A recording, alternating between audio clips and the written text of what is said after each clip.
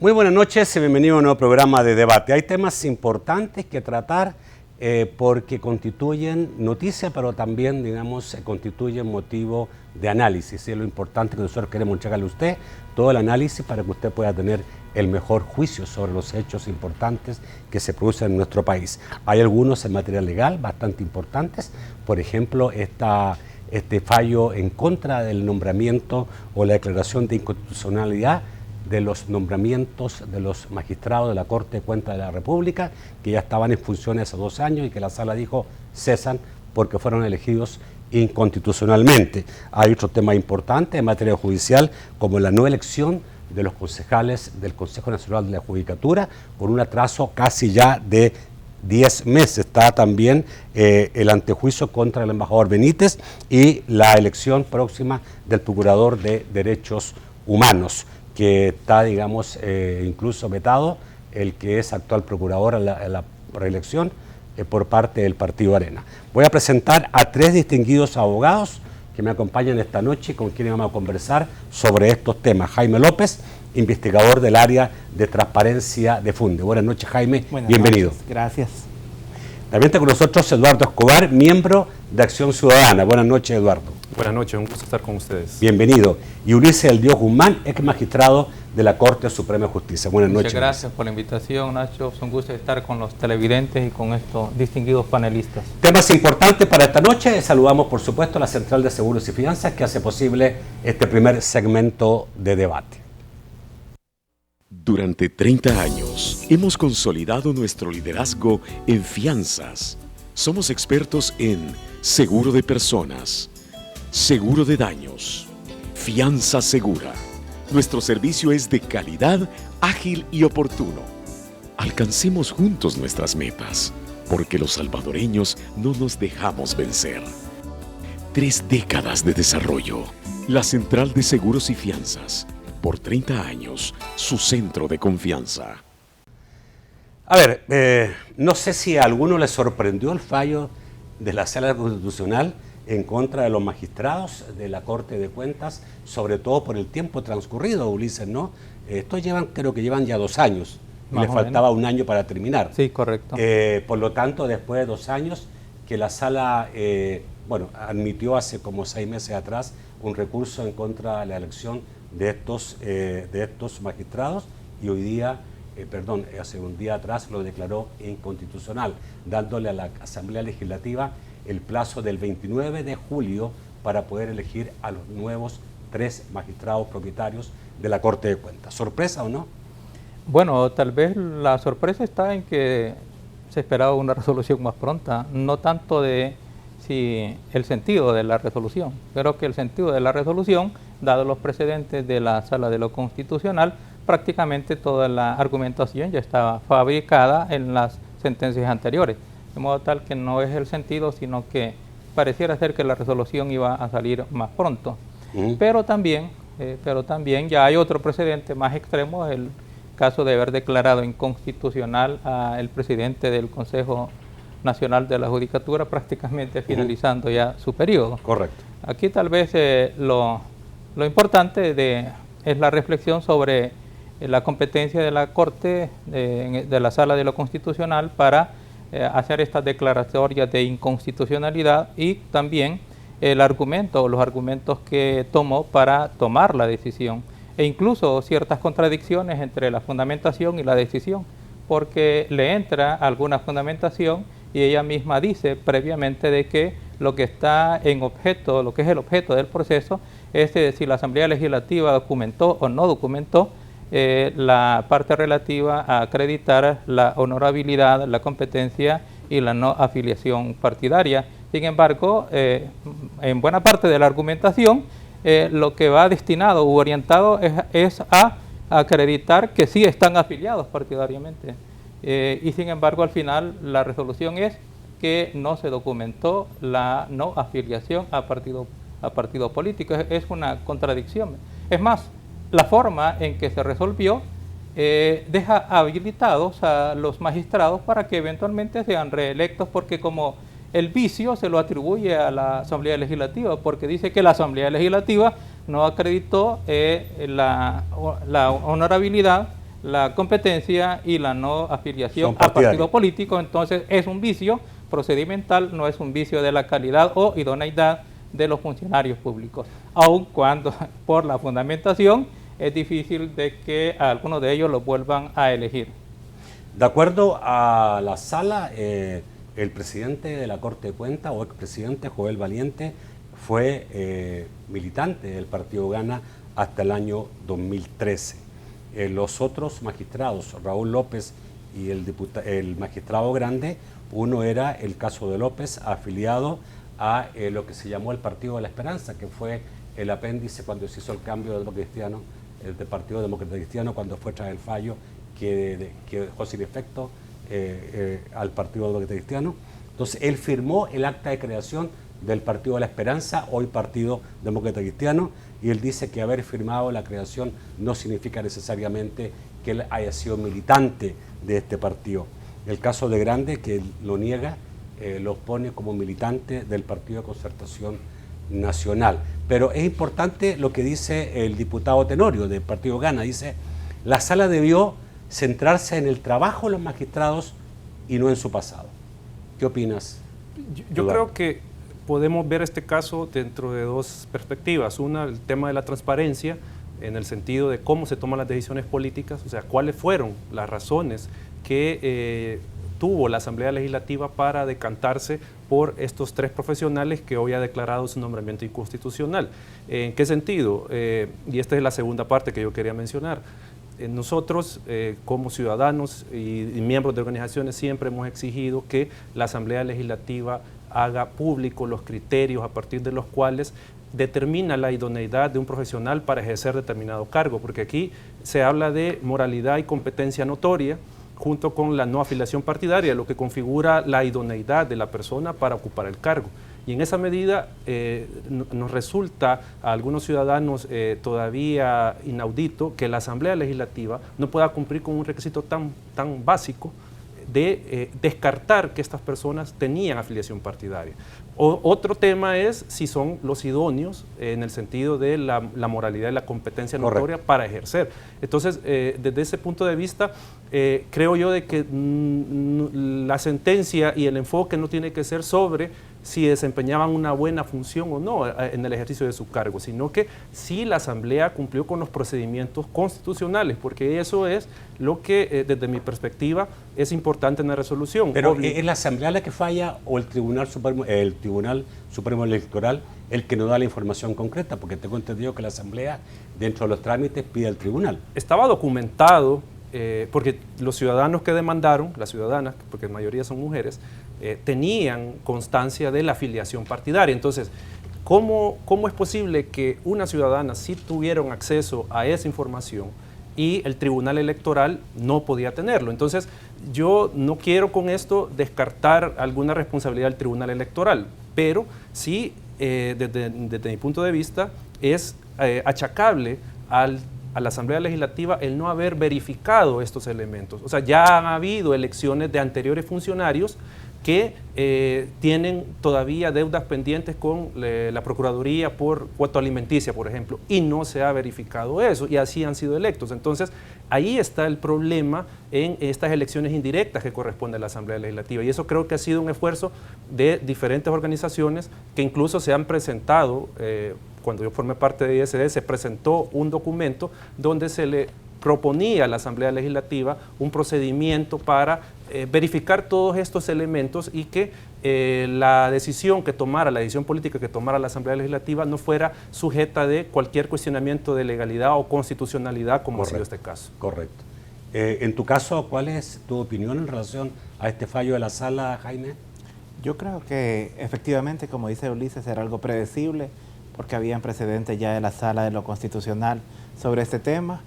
Efectivamente se refiere al procedimiento y no tiene nada que ver con los actuales titulares, pero en el caso nuestro de FUNDE, la lectura que hacemos es que el tema es importante, no tanto por los funcionarios que son en este momento dejados fuera de sus cargos, sino por el problema de la Corte de Cuentas en sí mismo. Tú hiciste un estudio y en ese estudio no sale muy bien parada la Corte de Cuentas en relación a su trabajo. Sí, el problema fundamental que tenemos con la Corte de Cuentas es que es una institución que carece de independencia y además de eso que es una institución que no rinde cuentas, es demasiado opaca.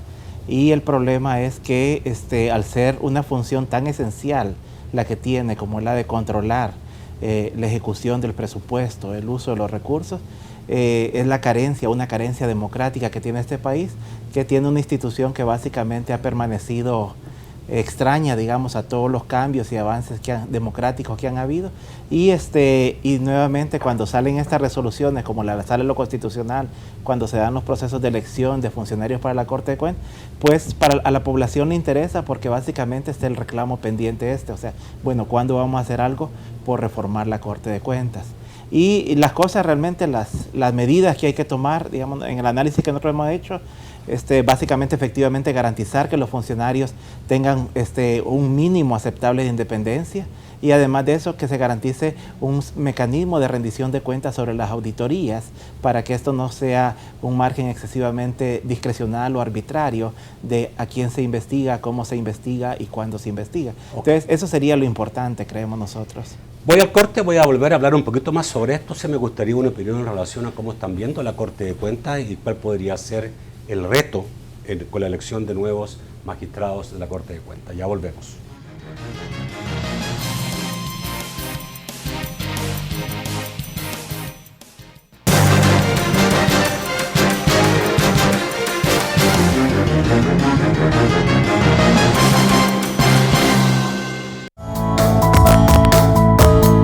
Yo empecé a averiguar con mi papá porque él me dio la idea, porque yo quería seguir estudiando. Con él venimos a la sede de Soyapango.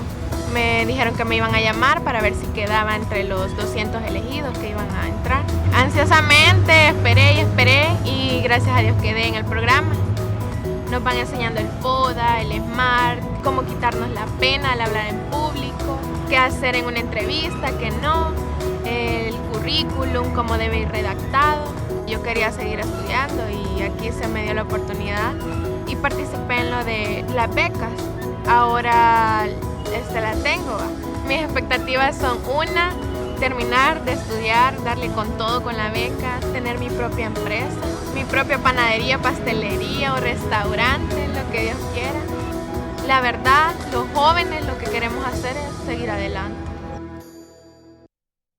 En Banco Azul te llevamos a ver el clásico. Traslada tu cuenta de ahorro o tu crédito y participa en la rifa para ganarte uno de los pases dobles para disfrutar en vivo el partido Real Madrid versus Barcelona. Incluye tour por España. Ver restricciones en prensa. Por favor, esa gasolina no. Los que sí saben de combustible huyen de la mala calidad. Por eso todos quieren ir a Alba Petróleos, porque solo nosotros podemos decir con orgullo que somos calidad 360. Desde la extracción, su refinación y traslado, su almacenaje, hasta que servimos el mejor combustible. Y cada etapa es controlada doblemente. Por eso, los que sí saben de combustible no aceptan otro. Alba Petróleos. El sorteo extraordinario de la lotería ahora puede ser más grande. El primer premio está acumulado y va en $680,000. Mientras más juegas, más se incrementa. Continuamos con Debate con Nacho Castillo.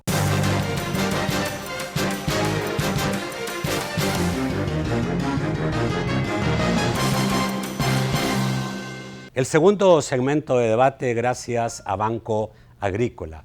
Banco Agrícola, juntos por una banca más humana. Creemos en el esfuerzo que día a día nuestra gente entrega para mejorar sus vidas, las de sus familias y su comunidad. Aunque el sol deje de brillar, nuestro inquebrantable espíritu nos mantiene unidos. Porque juntos es como encontramos el verdadero valor de la vida y descubrimos que cuando aprendemos a cuidar al otro, a hacer lo correcto y a contribuir para que los demás tengan una vida mejor, es posible un mejor país. Banco Agrícola, juntos por una banca más humana. Bueno, y la pregunta quedó hecha. ya está claro que ustedes todos, digamos, creen que la sala tenía alguna razón para haber hecho lo que hizo, que hoy día hay que volver a elegir, obviamente, ojalá en tiempo. Tiene la Asamblea que elegir en tiempo, porque hasta últimamente los tiempos ya, aunque los dicte la sala, no se están cumpliendo. 29 de julio, y hay que empezar a revisar, según decía hoy día la diputada Jacqueline Rivera, hay que empezar a revisar todos los expedientes de esa época, porque esos expedientes fueron revisados, pero ya han pasado 2 años. Bueno, quiero hacer una aclaración, que yo dije que era previsible, pero no que la Sala de lo Constitucional tuviera esa atribución. Realmente... ¿Tú no crees que tiene eso? No, la Sala de lo Constitucional no tiene esa atribución. ¿Para quitar? Al menos para declarar la inconstitucionalidad de los nombramientos de los magistrados de la Corte de Cuentas. ¿Por qué no? Porque no se lo confiere la Constitución. La Constitución en materia de inconstitucionalidad... En ningún tipo tampoco tuvo cuando... En ningún tipo de nombramiento de elección de la Asamblea Legislativa. Y es más, la misma sala en esa sentencia y en otras reconoce que no es competente. La incompetencia por razones de inconstitucionalidad es para declarar leyes, decretos y reglamentos, no para declarar inconstitucionalidades de actos políticos, como en este caso la elección de magistrados, de modo tal que eso no es competente. Entonces, porque la Sala de lo Constitucional ha dicho, y lo vuelve a decir en esta sentencia, además de lo que le dice la Constitución de la declaratoria de inconstitucionalidad de leyes, decretos y reglamentos, también debe la Sala, dice, controlar la constitucionalidad de los actos políticos de la Asamblea Legislativa. Ese además te dice, no es una norma que está en la Constitución, sino que es una norma creada jurisdiccionalmente en su sentencia. Por eso es que cada vez que va a hacer una declaratoria tiene que acudir a todas las sentencias para decir, me apoyo en lo que yo dije antes, ahí está la norma que yo creé en las resoluciones anteriores y en base a esa norma es que yo declaro la inconstitucionalidad. De modo tal entonces que esa es una competencia en la que la Sala de lo Constitucional se excede a las competencias que le confiere la Constitución. ¿Ustedes piensan igual? No, ¿Que se excede? No, yo no. Yo parto del principio de que nuestro sistema político está configurado a la base de un control interorgánico. ¿Ya? Y también un control entre órganos. El mismo órgano se controla, el órgano judicial se controla en diferentes instancias. Ese es el sistema republicano. En esa medida no puede haber dentro del sistema político decisiones o instancias que no puedan ser controladas tanto en constitucionalidad como en legalidad.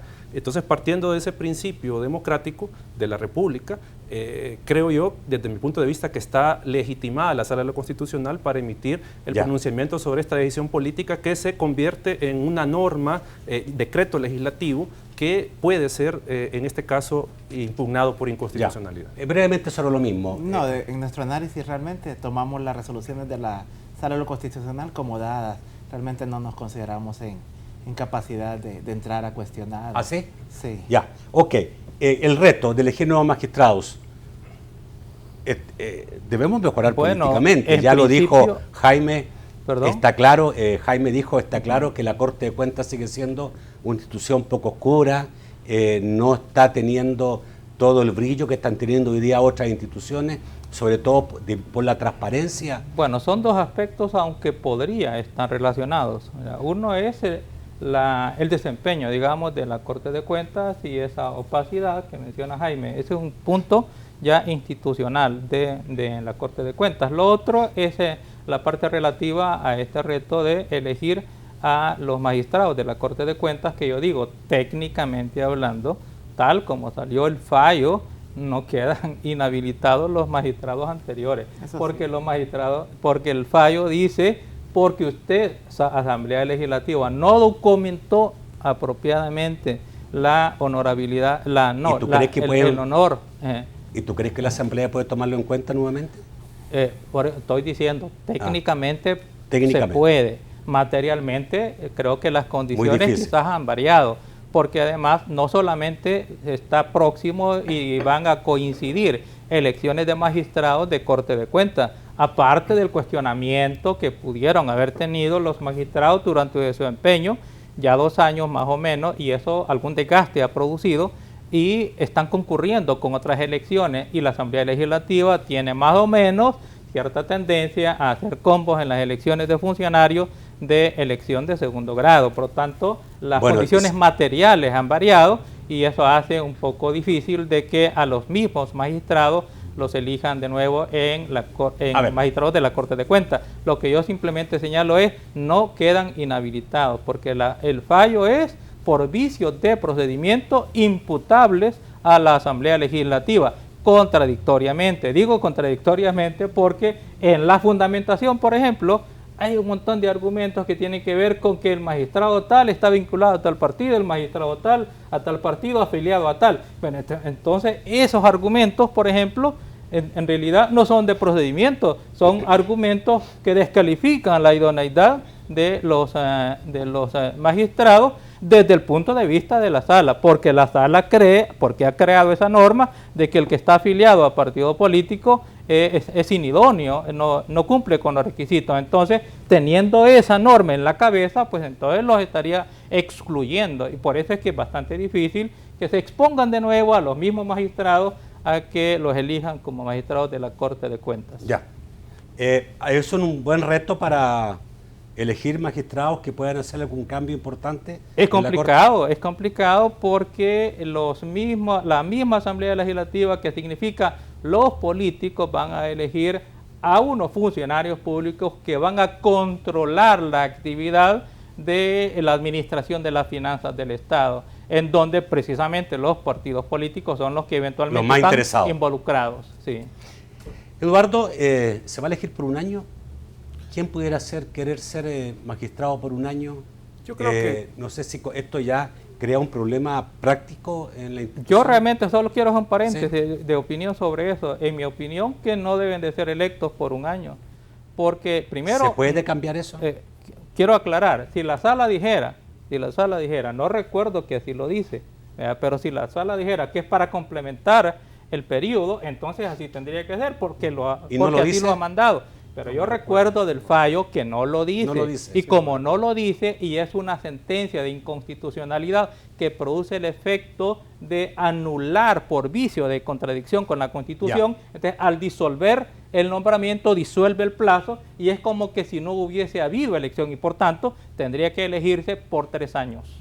Yo no recuerdo si está eso en la sentencia, pero igual creo yo que en un sentido de la República, cualquier funcionario, cualquier persona profesional que tenga la idoneidad, yo creo que estaría interesado en ejercer esta importante función, como lo decía Jaime, de control de la ejecución del presupuesto, control del gasto público, etcétera, etcétera. Entonces yo no le vería problema a este tema. Yo a lo que quiero llegar también y quiero señalar es el problema al que se va a enfrentar la Asamblea Legislativa de nuevo, es que no hay un procedimiento definido para elegir. O sea, si usted revisa el reglamento interno de la Asamblea Legislativa, es muy parco en cómo se va a proceder. O sea, no hay criterios objetivos establecidos para determinar la idoneidad. No hay un procedimiento fijado para descartar la membresía política o partidaria de alguno de los candidatos. O sea, nos vamos a volver a enfrentar en que no tenemos, o sea, la Asamblea, mejor dicho, no tiene ese procedimiento definido y qué criterios va a utilizar, o sea, si se va a ponderar, qué se va a ponderar, como lo decía Jaime, qué se va a ponderar para determinar de que esta persona está capacitada para ejercer la función de controlador del Estado. O sea, ¿cuáles son los criterios? Entonces, eso creo yo que tiene que definirlo la Asamblea Legislativa antes de comenzar a revisar expedientes. Tiene que definir los criterios para proceder. ¿Puede elegirse por 3 años? Habría que ver, como decía el doctor, yo no me recuerdo en la sentencia si dice que para completar el periodo o se inicia para los 3 años, pero hay un antecedente, se eligió a estos mismos magistrados, si no mal recuerdo, a Rosalío Toches y a Joel.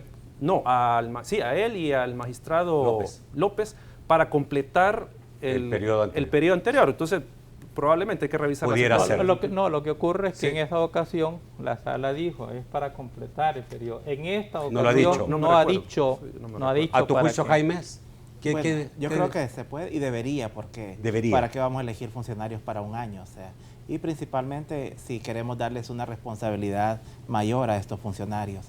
Entonces, efectivamente, yo creo también que hay una cuestión y ahí sí me atrevo a criticar a la Sala de lo Constitucional, de que no se puede, independencia no se puede reducir a no militancia partidaria. Independencia es algo que tiene otras implicaciones y no solo se garantiza con que se cumplan requisitos de mérito y de idoneidad, sino que se tiene que vigilar y se tiene que verificar una vez los funcionarios están ejerciendo el cargo. Y de ahí la importancia. Por ejemplo, Jaime, un magistrado de la Corte de Cuentas puede actuar cuando pueda haber un conflicto de intereses. No. Porque él ha tenido un cliente antes, porque resulta que el ministro que hay ahora antes era cliente de él definitivamente en su oficina contable. Tendría que excusarse. ¿Y se excusan? No, parece que no. Aquí eso no existe en el país aún. Ah, bueno, entonces quizás las cosas que deberían cambiarse, ¿no? Esas son precisamente... no, jurídicamente sí existe y sí se puede. Ah, sí. En la práctica no. En la práctica. Es cosa distinta. Sí. Esas son las cosas precisamente que tienen que... Y no son cosas, como te digo, los requisitos son importantes, pero son cosas que se verifican en la práctica. Y ahí lo fundamental, lo que necesita la Corte de Cuentas, lo que necesitan estos funcionarios, es un buen mecanismo de rendición de cuentas, un buen mecanismo de supervisión, un mecanismo de seguimiento a los planes de auditoría, a los exámenes que se hacen, a los resultados, a las sanciones que se imponen. Porque si elegimos funcionarios y los dejamos que hagan lo que quieran, pues son vulnerables, de entrada son vulnerables a la interferencia partidaria y el resultado que vamos a obtener probablemente sea funcionarios como los que hemos tenido actualmente y en el pasado. Yo quisiera hacer un comentario con relación a esto último que dijo Jaime, y es que realmente en una parte de la sentencia equipara la afiliación partidaria a dependencia y viceversa, la no afiliación partidaria a independencia. Me parece una equivalencia bastante reduccionista, ¿verdad? Y me parece que no se apega con la realidad. Yo no sé, pero habían antes muchos profesionales de todas las ramas que se hacían militantes de un partido para tener el trabajito el día de mañana en el gobierno que era de su partido. No, pero yo lo que critico ahí es el hecho de que no necesariamente porque aquí puede funcionar esto de los dos lados. Por supuesto que no necesariamente alguien por estar afiliado a partido político va a ser dependiente del partido en la función pública y viceversa. No necesariamente alguien por no estar afiliado a partido político no se va a someter a partido político. Entonces es una cuestión de la independencia, es mucho más profundo que la afiliación o no a partido. En la práctica se ha dado negativamente la afiliación a partidos políticos. Y si no, revisemos la Corte de Cuentas. Pero es peor, por ejemplo, alguien que entre sin afiliación y que adentro se someta realmente desde antes amarrado a partido político. Vamos al corte, volvemos rápidamente, pero ahora hay que analizar este plato sabroso y complicado que tiene la Asamblea Legislativa, porque le corresponde elegir Corte de Cuentas, Consejo Nacional de la Judicatura y Procuraduría de Derechos Humanos. Y ya sabemos los combos que se hacen y todo lo que se negocia. Ya volvemos.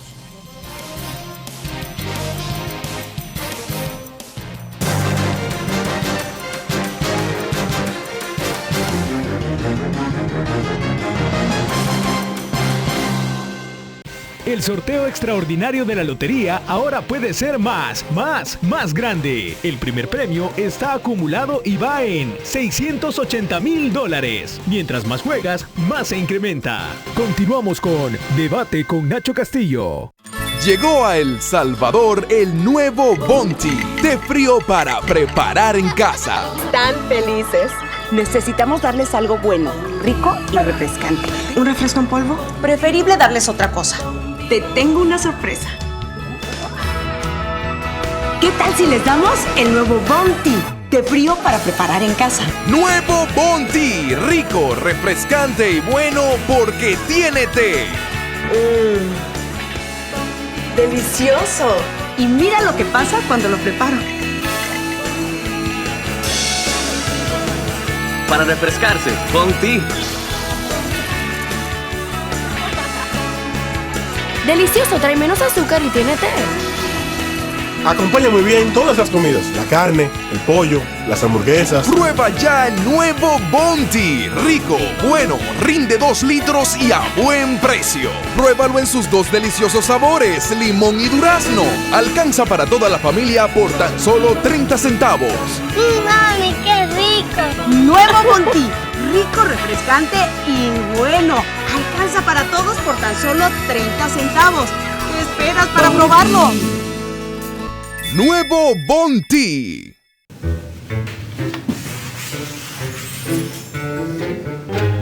Nadie tiene tiempo para esa diarrea.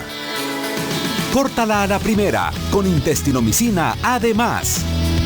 La cápsula amarilla que con su efectiva fórmula de 2 componentes elimina la diarrea y los gases de una sola vez. Para que vuelvas a tomar el control de tu día. Intestinomicina Además, de Laboratorios López. Intestinomicina Además te invita a continuar con Debate con Nacho Castillo.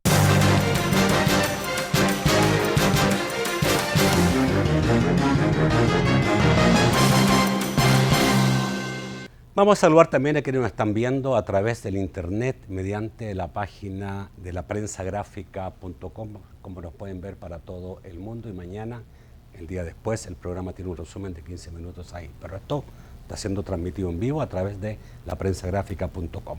El tercer segmento de debate gracias a Sistema Fedecrédito. Con tus tarjetas de crédito del Sistema Fedecrédito, disfruta de las mejores ventajas. Amanecer. Realizar la tarea. Conquistar. Seguir adelante. Ser la red financiera con mayor cobertura nacional significa que estamos ahí donde estás en todo momento. Por eso en tus cajas de crédito y bancos de los trabajadores del Sistema Fedecrédito te damos soluciones financieras a la medida de tus necesidades. Sistema Fedecrédito. Queremos darte una mano. Bueno, a ver, yo adelanté, digamos, diciéndole el cuchumbal que tiene hoy día la Asamblea con la elección. Ayer dijo, estos días dijo la diputada Jacqueline Rivera que, dijo Lorena Peña, presidenta de la Asamblea Legislativa, que Arena como que estaba queriendo negociar estas elecciones con relación a los préstamos que el gobierno está solicitando. Bueno, esa es cosa política. Pero obviamente el caso, por ejemplo, del Consejo Nacional de la Judicatura son casi 10 meses. Más o menos. 10 meses que se atrasó, va a ser casi ya, 10 meses que se ha atrasado en la elección de estos consejeros.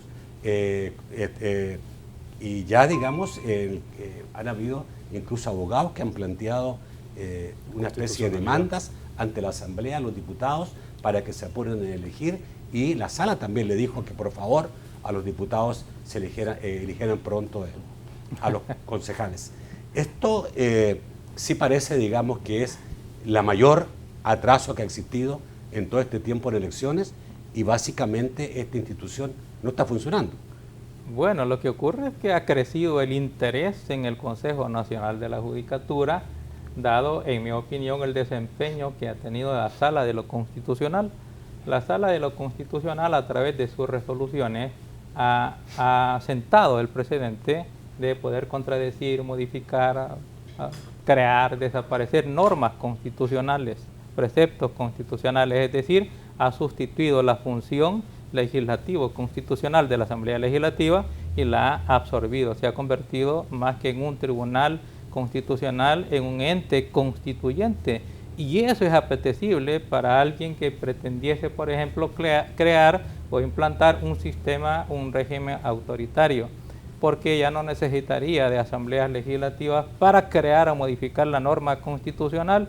De ahí que suena muy importante o apetecible controlar a los siguientes magistrados de la Sala de lo Constitucional, y para asegurarse de que lleguen hasta la Asamblea Legislativa como candidatos, el mejor camino o el camino más seguro es a través del Consejo Nacional de la Judicatura, más que a través de las federadas, porque existe un riesgo de que alguien sometido al escrutinio de los abogados puede no calificar o puede no quedar electo. En cambio, si se llegan a controlar a los concejales del Consejo Nacional de la Judicatura, se aseguran las candidaturas que quieran, que pueden ser las esperadas ya por los partidos políticos en la Asamblea Legislativa. Ahora, por eso, una pregunta curiosa.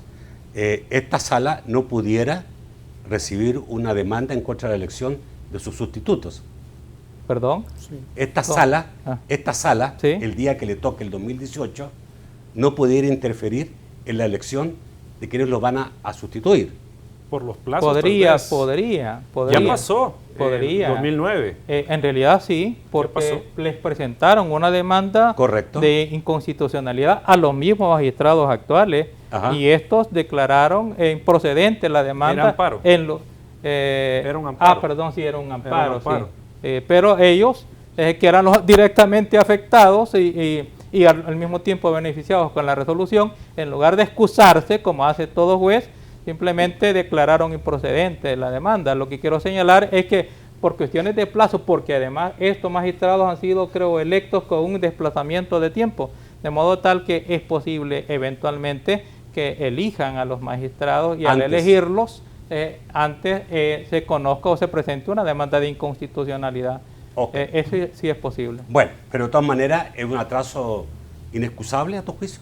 Claro, y ahí concuerdo con lo que dice el doctor, el tema de que esta elección, y quiero irme un poco más atrás, la elección legislativa 2018 va a ser clave para este mismo fin, porque estos diputados electos son los que, a partir de los listados que le manda el CNJ y los abogados, van a proceder a la elección de 4 magistrados de Sala de lo Constitucional, y ahí creo yo que es el tema, ¿verdad?, como se está mencionando. Entonces, creo yo que hay que poner atención más allá también de la elección que va a realizar el CNJ a la elección legislativa 2018, porque eso va a definir mucho, como decía el doctor, puede alguien controlar perfectamente y modificar la Constitución, o al contrario, revertir las decisiones que ya ha tomado la Sala Constitucional y, por ejemplo, avalar un retroceso en reforma electoral, por mencionar un tema. Entonces, en esa medida, evidentemente el atraso se complica más ahora que hay que elegir magistrados de Corte de Cuentas de la República. O sea, y esto creo yo que me atrevería a especular que la Sala de lo Constitucional se tardó tanto en emitir esta sentencia esperando que se eligieran a los concejales del CNJ. O sea, para que no hubieran tantas elecciones, porque hay Procurador para la Defensa de los Derechos Humanos, CNJ, Corte de Cuentas. Entonces, para que no se juntaran todas estas elecciones, creo, no se pronunciaba sentencia para ir sacando estas elecciones y que no fuera a existir la posibilidad del combo, pero ahora nos topamos con que ya hay 10 meses de una elección y la Sala pronuncia la sentencia y tenemos esta posibilidad de nuevo, donde la ciudadanía tiene que jugar un papel importante de nuevo. O sea, tenemos que, como organizaciones, cuidar que no se vaya a dar estos combos y ni tampoco elecciones a partir de intereses partidarios, porque esto es a lo que va a apuntar. No, porque obviamente puede la Sala de lo Constitucional supervisar que no hayan elementos, digamos, partidarios que sean elegidos. Pero la Asamblea puede elegir por interés partidario exactamente igual. Pero no sería saludable para el sistema. De acuerdo, digamos, 2 para ti, 2 para ti y 1 para mí. Pero no sería saludable para el sistema volver a esto, de que se incumpla lo que dice la Constitución respecto de la idoneidad de las personas, ni tampoco lo que dicen las sentencias de la Sala respecto de la no afiliación partidaria y el deber de documentar esa elección y fundamentarla, porque eso es lo que nunca ha habido, fundamento de la decisión política de elegir a determinado funcionario. Entonces, no es saludable volver a esto, de que la Asamblea vuelva a incumplir y vuelva a declarar la Sala inconstitucional o que no se ha cumplido la sentencia con la elección de los nuevos funcionarios de la Corte de Cuentas. Entonces, sería peor, creo yo, que caigamos en lo mismo. ¿Qué debemos esperar de la Asamblea, Jaime? Ojalá que pongan cabeza fría y comiencen a negociar, o sea, yo realmente no... A negociar de buena forma. Sí, o sea, yo realmente, yo no conozco ningún país del mundo donde no haya a la base cierta lógica de reparto y una negociación política. El problema no es eso, sino que hay digámoslo, de repartos a repartos. Hay repartos vulgares, como muchos de los que ocurren en este país, y repartos más elegantes y dignos, que es lo que quizás estaríamos esperando, ¿verdad?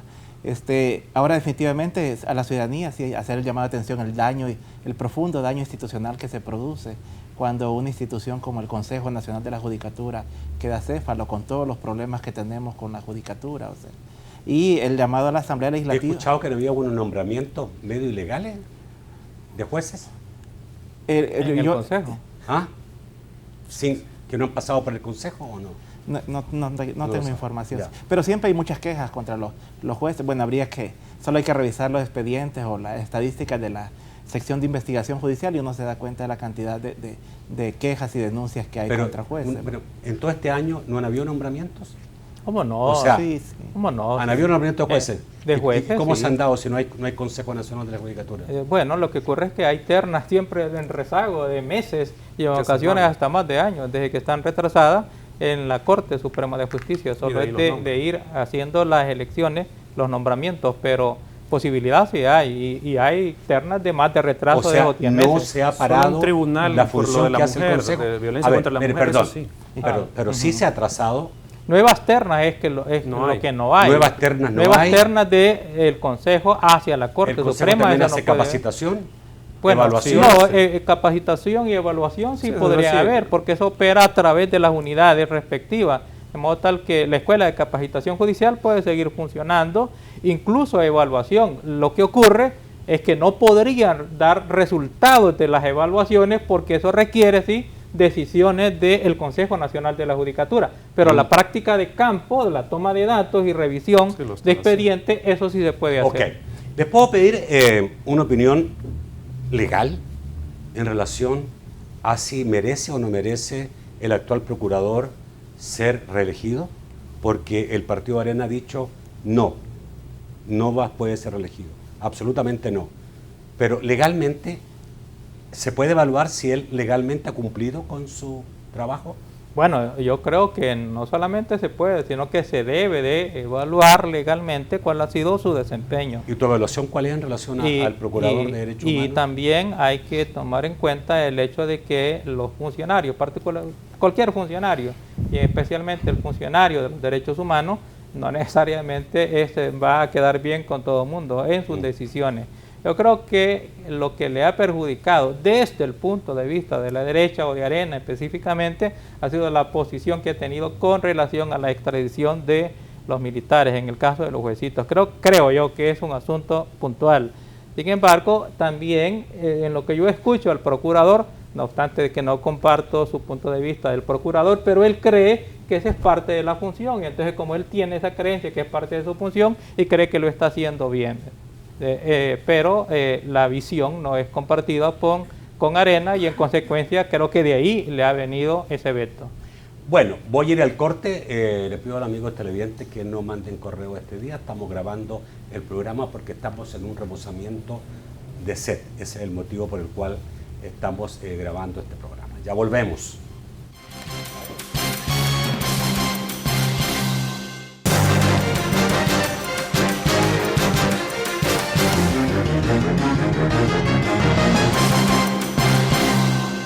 Por favor, esa gasolina no. Los que sí saben de combustible huyen de la mala calidad. Por eso todos quieren ir a Alba Petróleos, porque solo nosotros podemos decir con orgullo que somos calidad 360. Desde la extracción, su refinación y traslado, su almacenaje, hasta que servimos el mejor combustible. Y cada etapa es controlada doblemente. Por eso, los que sí saben de combustible no aceptan otro. Alba Petróleos. Durante 30 años hemos consolidado nuestro liderazgo en fianzas. Somos expertos en seguro de personas, seguro de daños, fianza segura. Nuestro servicio es de calidad, ágil y oportuno. Alcancemos juntos nuestras metas, porque los salvadoreños no nos dejamos vencer. 3 décadas de desarrollo. La Central de Seguros y Fianzas. Por 30 años, su centro de confianza. El sorteo extraordinario de la lotería ahora puede ser más grande. El primer premio está acumulado y va en $680,000. Mientras más juegas, más se incrementa. Continuamos con Debate con Nacho Castillo.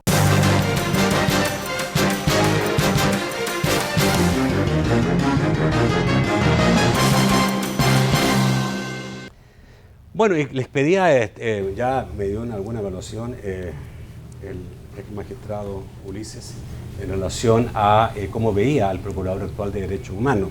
Hay una cosa, digamos, que se ha dicho mucho como acusación hacia él, que no ha defendido a las víctimas de la delincuencia, ¿ya? Sino que siempre el Procurador se pone en el plano de defender a los delincuentes, se dice, ¿ya? Yo no sé qué tan cierto es que básicamente el procurador es un defensor de quienes resulten víctimas del Estado. Yo creo que del Estado, eso es. O sea, pero también una víctima de delincuencia es una víctima del Estado, ¿o no? Sí, pero yo creo que, primero con la pregunta que hizo, yo creo que él no tiene impedimento legal ni constitucional para ejercer de nuevo como procurador. Que se pueda estar de acuerdo con su visión de protección y tutela de los derechos fundamentales, ese es otro aspecto, ¿verdad? Pero impedimentos legales creo que no los tiene. Y con esa parte, creo yo que hay que entender que el procurador para la defensa de los derechos humanos, su función es tutelar los derechos fundamentales de la persona ante el Estado, ante las instituciones estatales. Y en esa medida, el que él abogue, y como cualquier otro funcionario debería hacer, por el debido proceso para aquellas personas que han sido sindicados por algún delito, eso está cumpliendo con su función constitucional. O sea, no está, desde mi perspectiva, no está haciéndole el favor a los delincuentes o está propugnando por que se les trate de manera diferente, sino que simplemente se les aplique la ley como cualquier otro ciudadano, porque nosotros tendemos como ciudadanos a exigir cualquier tipo de castigo, cualquier tormento contra algún delincuente, y eso es contrario a la Constitución, es contrario a los derechos fundamentales, o sea, está prohibida la tortura, etcétera, etcétera. Entonces, en esa medida, creo yo que hay que informarle a la población de la función del procurador, y esto no quiere decir de que no se pronuncie por las víctimas. Si ustedes ven, tiene, y no lo estoy defendiendo, aclaro, tiene diferentes informes la Procuraduría sobre la situación de los derechos laborales, sobre situaciones de violencia contra la mujer. O sea, hay pronunciamientos en defensa de los derechos fundamentales de cualquier ciudadano, pero en el caso particular de aquellos detenidos por imputación de algún delito, evidentemente tiene que jugar el papel de que se le respete el debido proceso. Y creo yo que con eso no está de ninguna manera protegiendo criminales como se le ha mencionado. Eso desde mi punto de vista. Jaime, ¿cuál es tu evaluación del rol del procurador? En realidad son cuestiones de perspectiva, digamos. Él como procurador realmente tiene la obligación legal de pronunciarse, por ejemplo, sobre las condiciones carcelarias en este país, que son bastante pésimas. Pero desde luego, o sea, las personas que hemos sido víctimas de la violencia, muchas veces realmente son cuestiones de sentimientos muy profundos, y uno si ve, por ejemplo, que las autoridades están tomando medidas que beneficien, por ejemplo, a las personas que están en los presidiarios, pues uno se puede sentir ofendido o se siente ofendido. Entonces yo creo que aquí es comprender las diferentes perspectivas. Creo que son razonables las posiciones de quienes critican al procurador, pero también llamar la atención que el procurador tiene la obligación de pronunciarse por cuestiones sobre como las condiciones carcelarias. Tiene la obligación. Quizás la voz no es tan alta cuando se trata de otras cosas. Por ejemplo, tú dijiste, el procurador sí tiene resolución en relación a derechos laborales, pero no se escuchan. Sí, pero será porque a los medios de comunicación no les interesa. Y eso ya... Pero si él cita conferencia de prensa, sí se va a escuchar. Sí, ¿no? Pero yo que no sigo la labor de la Procuraduría como otro abogado que sí lo puede hacer, yo me he dado cuenta de diferentes informes, diferentes pronunciamientos sobre diferentes temáticas. Por ejemplo, el caso de la melaza. O sea, me recuerdo que hubo un pronunciamiento. Es un tema que nos compete a todos, pues el medio ambiente. Pero como les digo, yo no es que quiera justificar la labor o censurar la labor del procurador, sino que hay diferentes situaciones, por ejemplo, en la acusación contra una persona que tienen que ser custodiadas por el procurador. Yo no sé, tengo la impresión que es bastante restringida la tuición de derechos humanos de la Procuraduría de Derechos Humanos. Es como restringida. Se da básicamente en relación a si hubo o no hubo el caso del accionar de la policía, básicamente en relación a detenidos, se da en relación a cárceles, se dio en relación a esto, digamos, de medio ambiente, pero es realmente un caso como ocasional digamos, del caso de la melaza, pero hay tanta, digamos, degradación del medio ambiente y cosas que debieran ir más allá.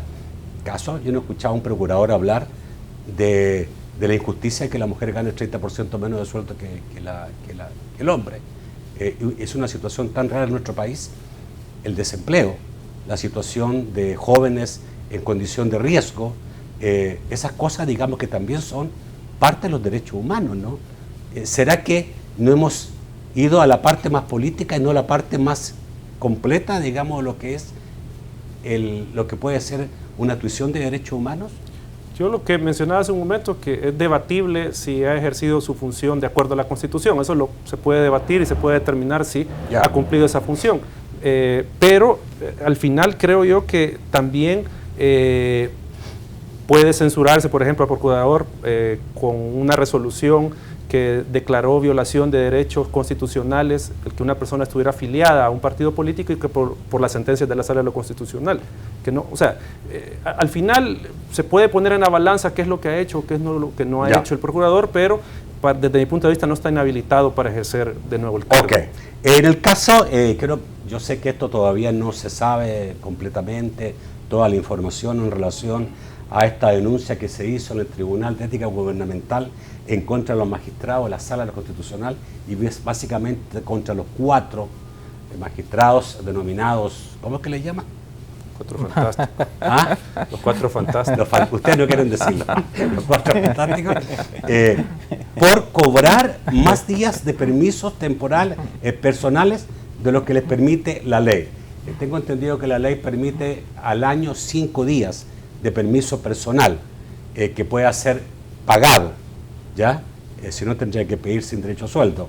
Y estos magistrados en los últimos 7 años, porque llevan 7 años, por ejemplo, Florentín Meléndez ha faltado 76 días, Sidney Blanco 45, Bernardino Jaime 43, Rodolfo González 22.